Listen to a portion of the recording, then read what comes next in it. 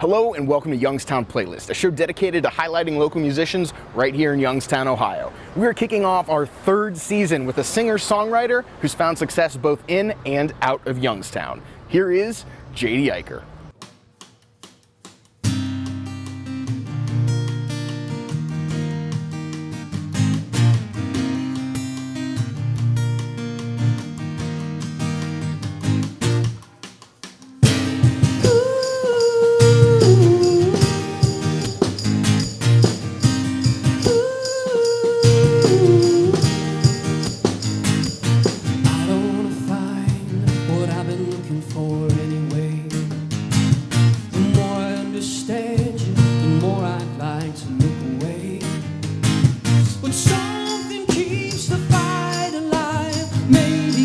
I know I'm right. This is not the way to get to me. I heard that you've been running over me. I know the crap that you're dishing out. What's worse is you don't get what you need. Why don't we all put the weapons down? Stay on, make love, be well. Stay on.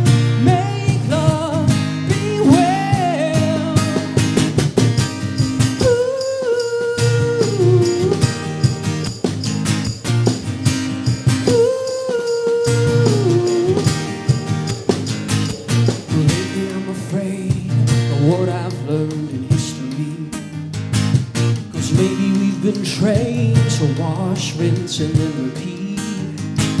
But something in the way you're trying to tear a hole through my insides makes me wanna mend the one I see. I heard that you've been running over me. I know the crap that you're dishing out. You don't get what you need. Why don't we all put the weapons down? Stay on, make love, be well. Stay on, make love, be well. Slow down, why don't we try to turn around?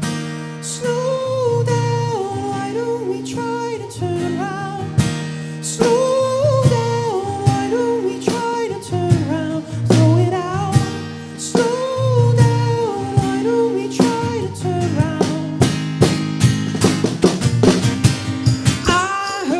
You've been running over me. I know the crap that you're dishing out. What's worse is you don't get what you need. Why don't we all put the weapons down? Stay on, make love, be well. Stay on, make love, be well. Well, stay on, make love, be well.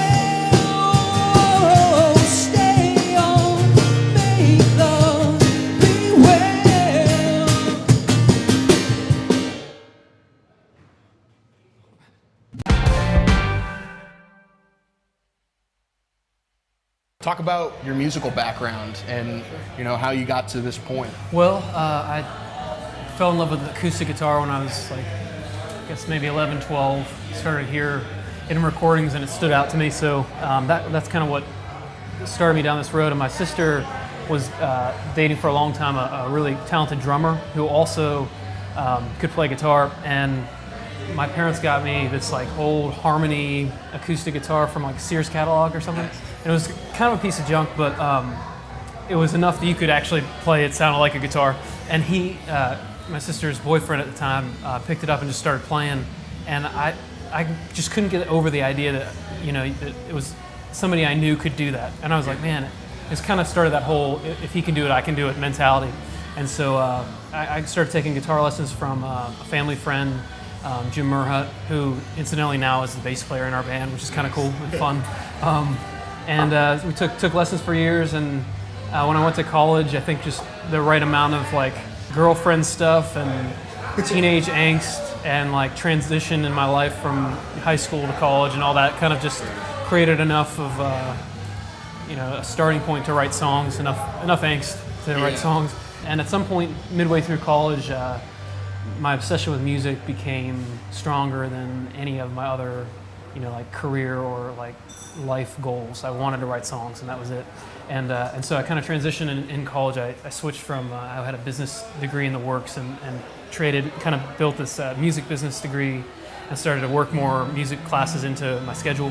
And then out of school, instead of applying for jobs, I just started calling coffee shops and stuff like that. And much to the great fear of my parents, started to do it. And I told them that, I said, I had like a formal talk with them. And I was like, I want to try to start a career in music. I'm like, I know that the odds are way against me, but I still would like to try it.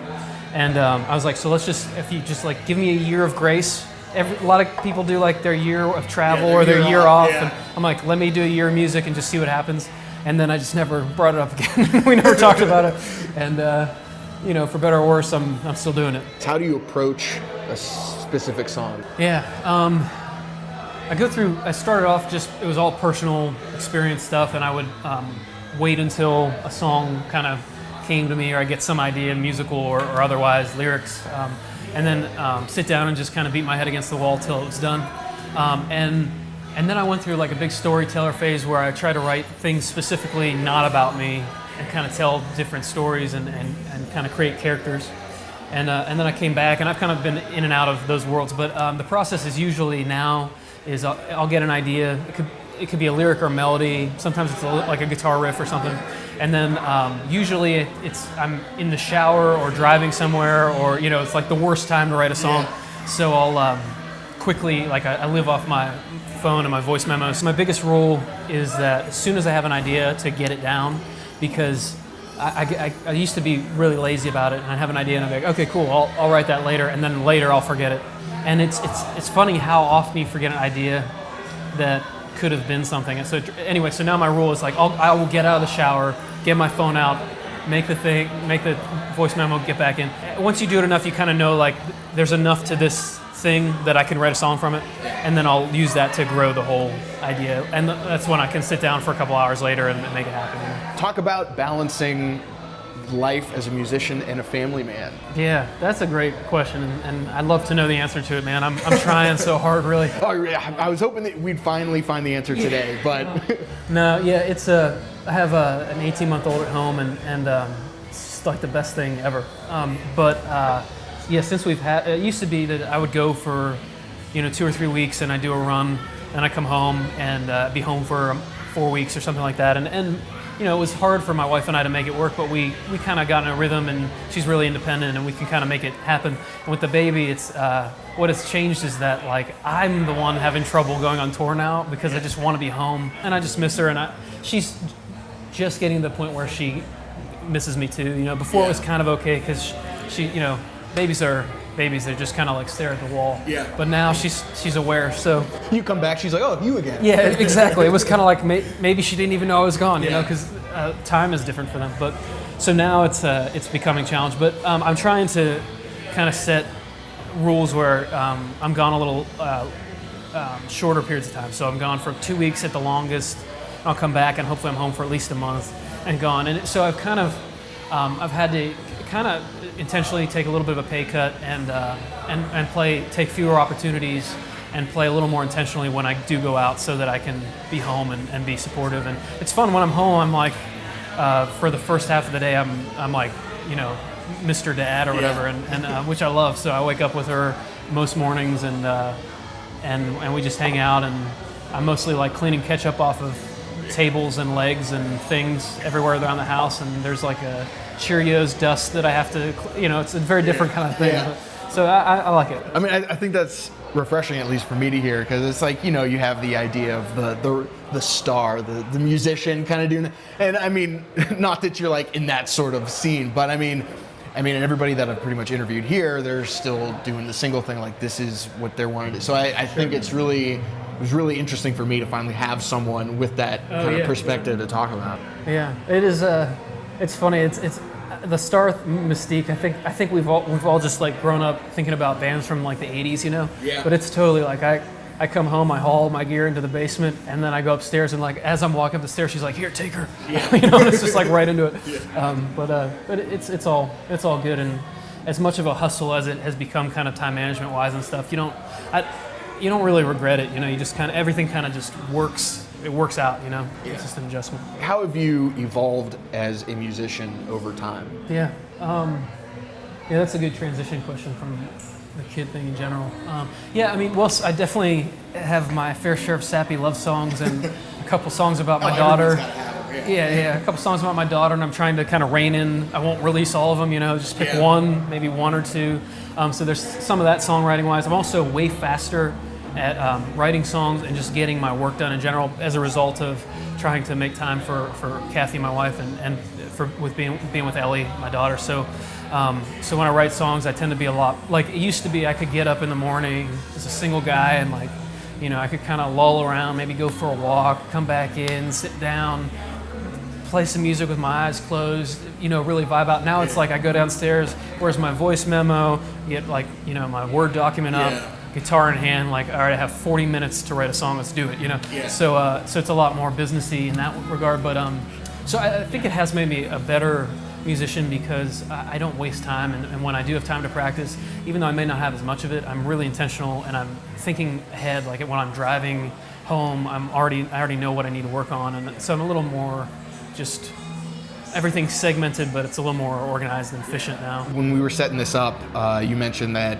there's a couple interesting things coming up in the next few months. So one of which you mentioned was you're dipping your toes into vinyl. Yeah. So what was the thought process behind that? That's kind of the big thing now. And I wish I could take credit for that, but it was my manager thinking that it was just time to kind of give it a go and see if people were interested.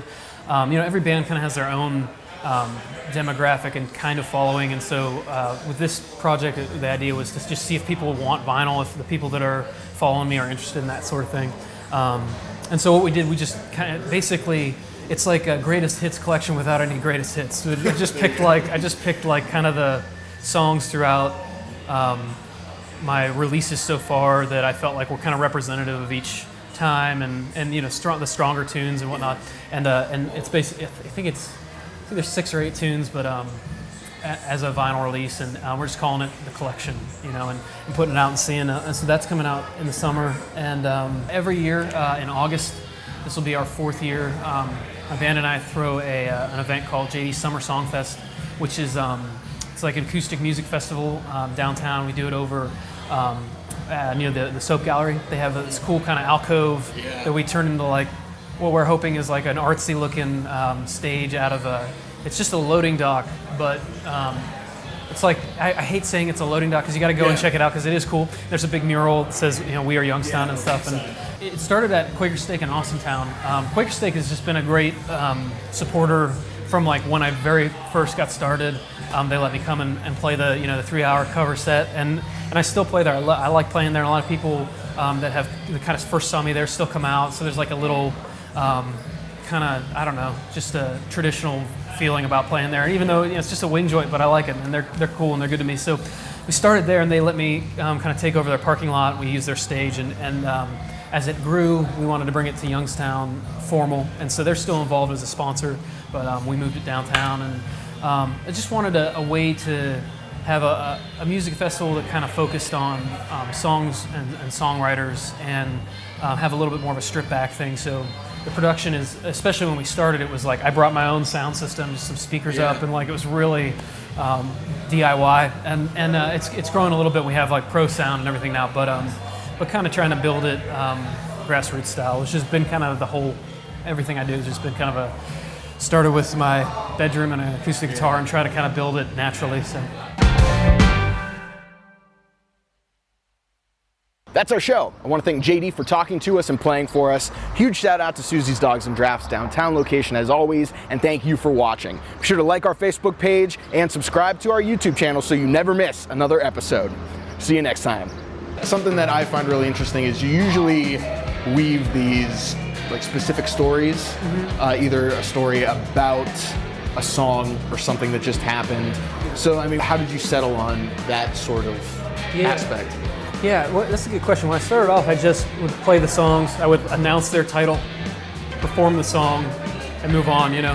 And especially because I've decided to stay in this area and play a lot of gigs in kind of a region. For the most part, still tour, but I'll kind of live in one region a lot. A lot of people are coming out to more than one show, hopefully, if I do my job right. And so I just don't want it to be the same thing, and I want it to feel like, you know, every night, whatever you're seeing is that night. I feel like you connect better if you're talking about what the songs are about and people know you were going through a difficult time, or they hear about some dumb thing you did that day. Like, I want to know that stuff. And the worst shows for me that to attend are like when it's just real stiff and you can tell that the band, like, they talked about where they were each going to stand at every moment of the song. I don't like that. That doesn't feel live to me. It's not a live thing. So trying to just be free about it.